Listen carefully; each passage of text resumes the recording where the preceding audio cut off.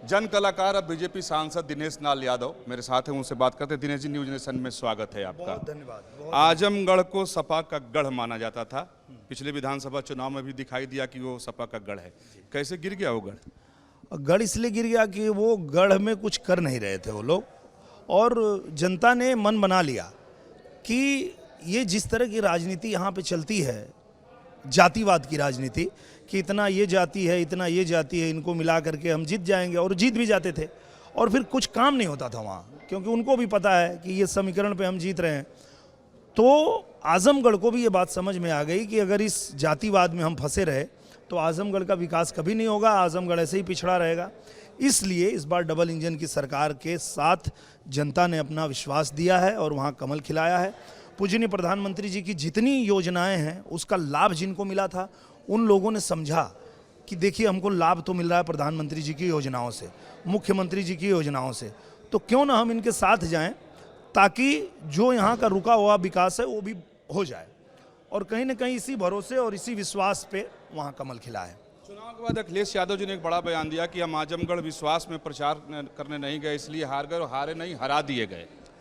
वो झूठ बोल रहे हैं। उनको पूरा विश्वास था कि वो हारेंगे, क्योंकि आप जहां से सांसद चुने गए वहां कोरोना जैसी महामारी में आपने मुंह नहीं दिखाया, आप लोगों के बीच गए नहीं। उल्टा हम लोग हारने के बाद भी लगातार लगे रहे, हमारे डॉक्टर्स की टीम लगी रही, हमारे संगठन की टीम लगी रही, लगातार जनता के बीच में हम राशन बांटते रहे, उनको दवा बांटते रहे, उनको ऑक्सीजन की व्यवस्था कराते रहे।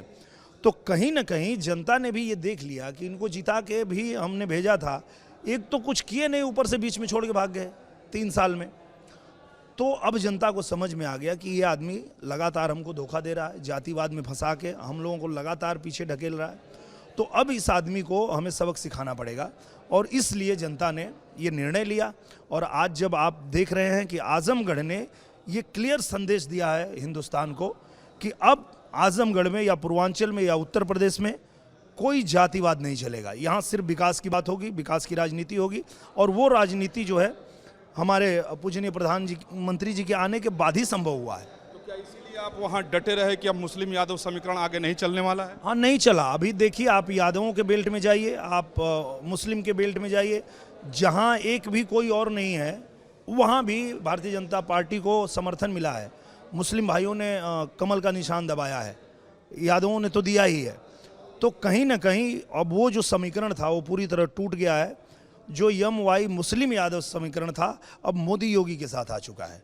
MY अभी भी है, लेकिन अब मोदी योगी है। मोदी योगी। हाँ। अच्छा, आप हो गए, मनोज तिवारी जी हो गए, उधर गोरखपुर के सांसद महोदय हो गए, 3 भोजपुरी के कलाकार अब संसद भवन में हैं। तो क्या माने कि कुछ उम्मीद भोजपुरिया करे कि 8वीं अनुसूची में भोजपुरी आएगी, या कुछ प्रयास करेंगे आप? निश्चित रूप से, और प्रयास पहले से जारी भी है।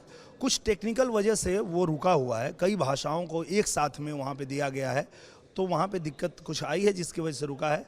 पर अब हम तीनों भाई मिलके वहाँ पे प्रयास करेंगे। जगेगा संसद भवन? जगेगा, क्योंकि देखिए जो कुछ भी मिला है भोजपुरी माँ के वजह से मिला है, भोजपुरी भाषियों के प्यार की वजह से मिला है, और पूरी दुनिया में भोजपुरी भाषा और भोजपुरी लोगों की एक बड़ी संख्या है, बोलने और समझने वालों की।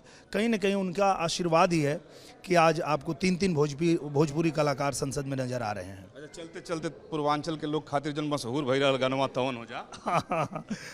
हाँ, वो तो ऐसा था कि हम लोग, हाँ, बनाया इसीलिए था कि हम लोग वहाँ चुनाव हारने के बाद भी आजमगढ़ लगे रहे, डटे रहे, और वो जीत के भी भाग गए। तो इसीलिए वो गाना बनाना पड़ा कि आजमगढ़ से प्यार कबो ना घटल रहे, आजमगढ़ से ध्यान कबो ना हटल रहे, अखिलेश हुए फरार निरहुआ डटल रहे, आजमगढ़ से ध्यान कबो ना हटल रहे। बहुत शुभकामनाएं आपको, बहुत धन्यवाद। यानी आजमगढ़ से कभी ध्यान नहीं हटा था, इसलिए वहां से चुनाव जीत गए। और अखिलेश यादव झूठ बोलते हैं, दिनेश लाल यादव का कहना है। वीडियो जर्नलिस्ट जयराम यादव के साथ विकास चंद्र, न्यूज नेशन, दिल्ली।